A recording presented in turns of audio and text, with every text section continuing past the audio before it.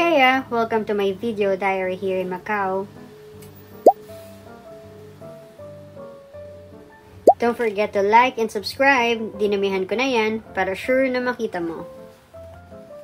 It's another day off. Pag off ko, marami akong gustong gawin. Pero sa dami ng kailangan at gusto kong gawin, tapos iisang araw sa isang linggo ang off, ang hirap pagkasyahin. Baka may extra day off ka. Akin na lang. Here is a supermarket. Some people call this 24K or Vanki. Pero ako, ang tawag ko Vanki.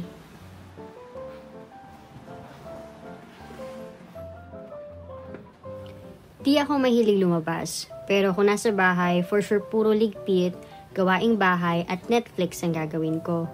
Ayoko yung feeling na pagdating ng gabi, nanghihinayan ko sa off ko kasi puro paglilinis at kakaunting Netflix ang nagawa ko. Pero siguro kung mas maraming Netflix, sulit yun. Kaya ngayon, lalabas na lang ulit tayo. Samahan niyo uli ako ha. So I decided to jog today. Healthy na, wala pang gastos. O diba? Ganun ang buhay OFW. You should know how to save. Actually, hindi lang OFW. Lahat tayo dapat matutunan na mag-save. Yan ang isa sa mga pagkakamali ko noon na gusto kong itama. Sa susunod, gagawa ako ng Maalaala mo kaya magpakailanman ang kwento ng buhay ko. Sa ngayon, it's showtime muna around Macau. Eat, Bulaga. Sa Gia nga pala ang punta natin. Yung color blue na yan, basurahan yan. Ang cute, no? Oo nga pala, sa start ng video, Rua do Campo ang tawag sa lugar na yun. Magkalapit lang ang San Malo at Rua. From Rua, we will walk around 10 to 20 minutes bago makarating sa ating destination. Yung sinabi kong 10 to 20 minutes, depende sa bilis ng lakad mo ha. Kung paglabas mo pa lang ang bahay, nagja-jog ka na, mas makakarating ka ng mabilis. Susunod, matry ko nga yun. Yung pagbangon ko pa lang ng bed, nagja-jog na ako. Pero parang di pa rin kakayanin pala. Kung maiksi ang binti mo, tulad ko, 30 minutes yan for sure. Tapos, sabay mo pa ng pagsenti. Lalagpasan mo pa yung 30 minutes na yan. Gia Hill ang tawag sa pupuntahan natin. It's a park. It's a hiking haven. It's an urban UNESCO heritage spot. Free admission. Marami kang pwedeng gawin dito. Number 1, ang mag-relax. Place talaga ito kung saan pwede ka mag-jog and exercise. Mainit na dito pero di pa naman sobra, tsaka mahangin. Don't worry kung wala kang baong inumin, maraming vending machine dito.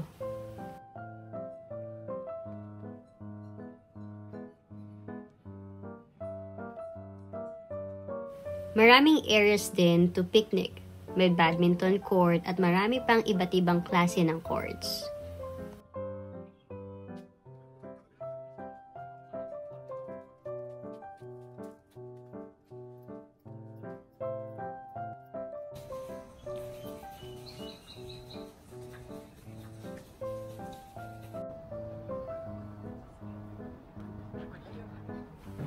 May cable car dito na pwede mong sakyan pataas, one way for only $2 MOP, para mas ma-appreciate mo pa yung view. Maiksi lang, pero sulit. Maganda for picture taking, tapos $3 for return. Madaming way papunta dito sa Gia Hill, pero doon talaga ako madalas dumaan sa dinaanan natin kanina. Yung may palengke, para makapag-isip na rin ako kung anong kakainin ko mamaya.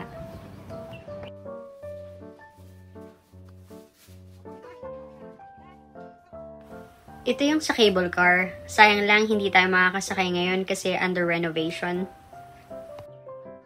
4 na tao ang pwede sa isang cable car.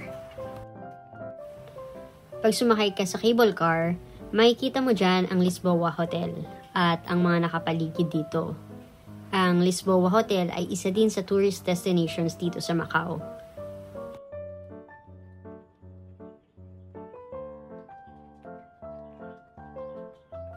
May lighthouse din dito na pwede nyo puntahan. Isa yon sa mga tourist spots dito sa Gia. Gia Lighthouse, built in 1865. The first modern lighthouse on China's coast, and it's still in operation up to this day. This place is good for hiking. It has trails.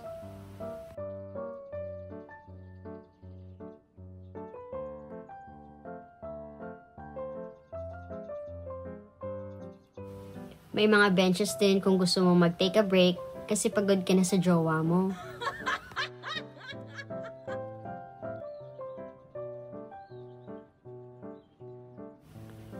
Dito sa Gia, ang makikita mo talaga ay mostly green. Napapaligiran kasi ito ng iba't ibang klase ng mga puno at halaman. Sa mga kagaya ko na mahilig sa nature, for sure may enjoy nyo dito. Napaka-relaxing ng view, maaliwalas ang hangin. Sa hapon, mas maraming nagja-jog dito. Bata, matanda, kahit nga may kapansanan eh. Pero karamihan mga estudyante. Gia Hill Fitness Walk is 1,100 meter. The walk has 20 fitness training stations to train joggers in climbing, jumping, and other workouts. Isa yun sa maganda dito, maraming equipments. Di kayo mag-aagawan para masubukan mo namang walang kaagaw.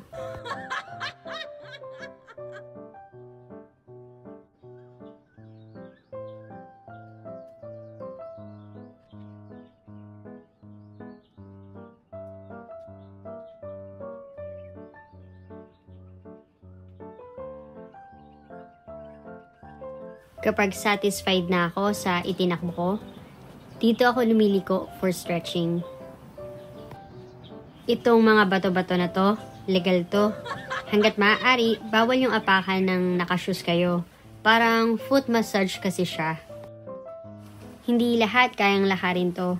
Nung unang try ko, nahirapan din ako. Di ko ma-explain yung sakit na mafe-feel mo. Or siguro di lang tayo sanay. So, pag pumunta kayo dito, try nyo.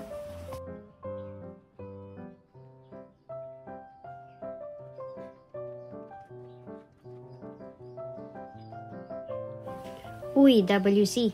Ano nga uli ang WC? Assignment nyo yan ha. Check ko sa comment section kung tama ang sagot nyo.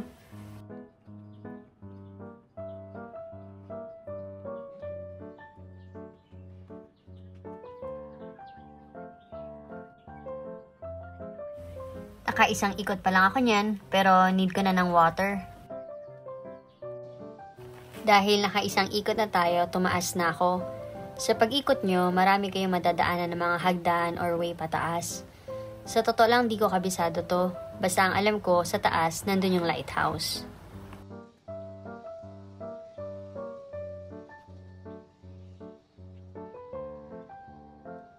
Nung unang punta ko dito, akala ko madali lang. Pero sa unang jog ko, 10 seconds lang inabot. Nagka-stomach cramps ako agad. Tas yung buong ikot, puro lakad na. Ilang beses na puro ganon hanggang sa sinimulan kong tiisin yung sakit. Tapos sobrang mabagal na jog lang. Hanggang sa nagawa ko ng makaikot ng walang hintuan. Hanggang sa 2 ikot na walang hintuan. Ang sarap sa pakiramdam nun. Feeling ko pwede na ako sa marathon. Filler lang.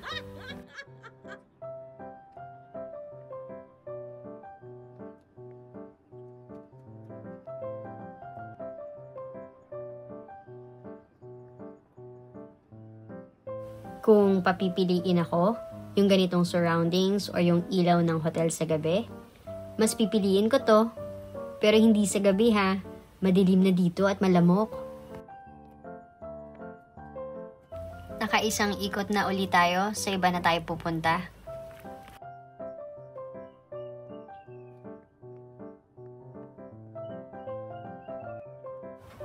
Kanyon kayo dyan.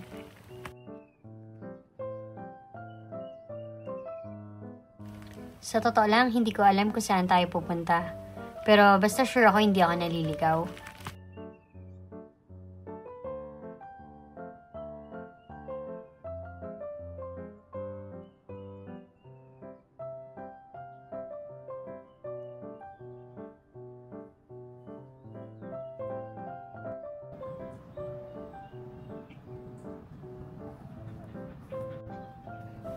May mga bato-bato uli. Mas maliliit yung bato dito. Pero wag niyong maliitin yan. Baka di nyo kayang tapusin kahit isang ikot.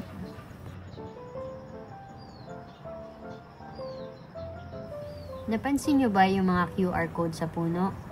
Information nila yon, kung ano ang pangalan, kung anong klase, at marami pang iba. Akala ko siningguelas, pero nung nilapitan ko, kamukha lang pala. Alam nyo ba kung anong klaseng bunga to?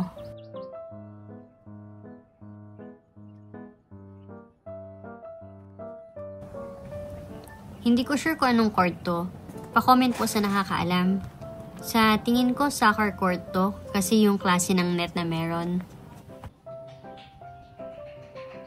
Ang laki ng playground dito. Gusto ko sanang itry lahat, kaso baka mainggit kayo. Nakakamiss maging bata, no? Yung hindi mo pinoproblema yung bills. Yung pwede ka matulog sa hapon.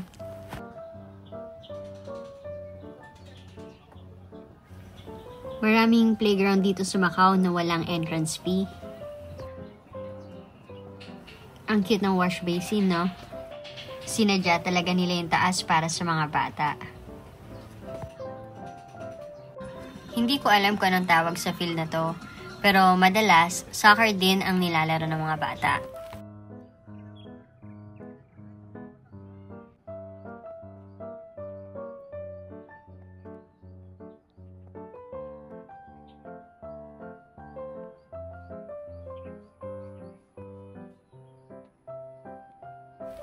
Pababa naman tayo ngayon.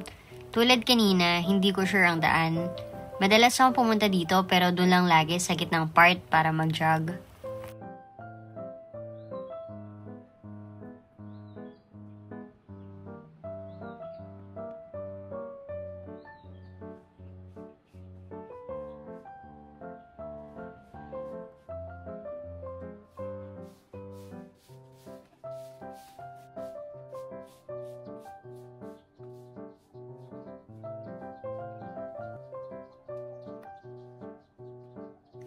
Nakikita niyo ba yung peacock?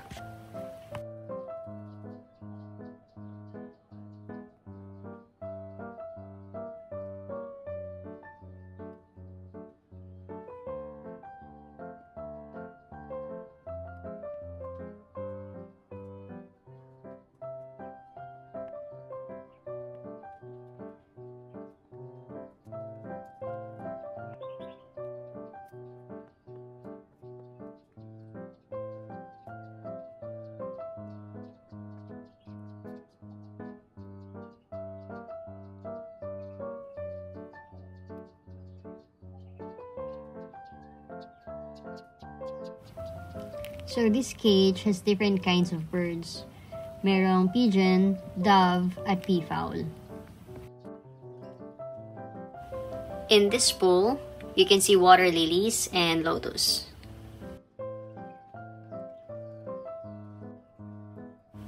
Ang daming turtle. Maliban sa dogs, natutuwa ako sa mga turtle. When I was a kid, when I realized kaya pala turtleneck ang tawag sa turtleneck ay dahil sa kanila, sobrang na-amaze ako. May mga bato-bato uli. Mukhang mas mahaba yung trail dito. Ito naman ang cycling area for kids.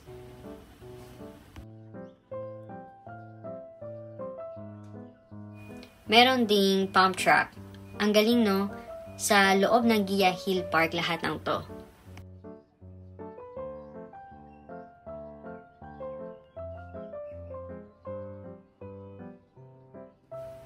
Meron din silang mini garden maze. Pero di ko na sinubukan umikot, baka maligaw pa.